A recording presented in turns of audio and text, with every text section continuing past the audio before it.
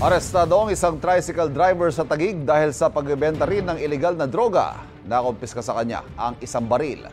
Aminado ang suspect sa krimen pero giit niya ngayon lang niya pinasok ang ganitong kalakaran. May unang balita si Bam Alegre.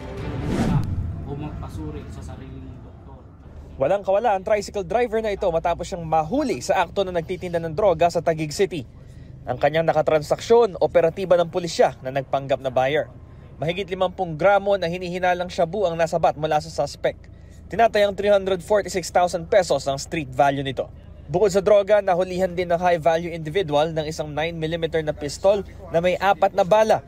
Dinala ang suspect sa opisina ng Station Drug Enforcement Unit ng Taguig para iproseso ang kasong may kinalaman sa Comprehensive Dangerous Drug Act of 2002, illegal possession of firearms at paglabag sa Omnibus Election Code.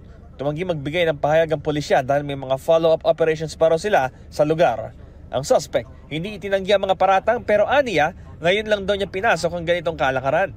Isinanlalang din daw sa kanya ang nakumpiskang baril. Bago pa nga lang ako dito, hindi naman yun narakit ko yun. Baka 5-6 ako.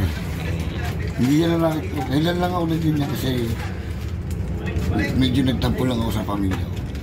Ito ang unang balita, Bam Alegre para sa GMA Integrated News.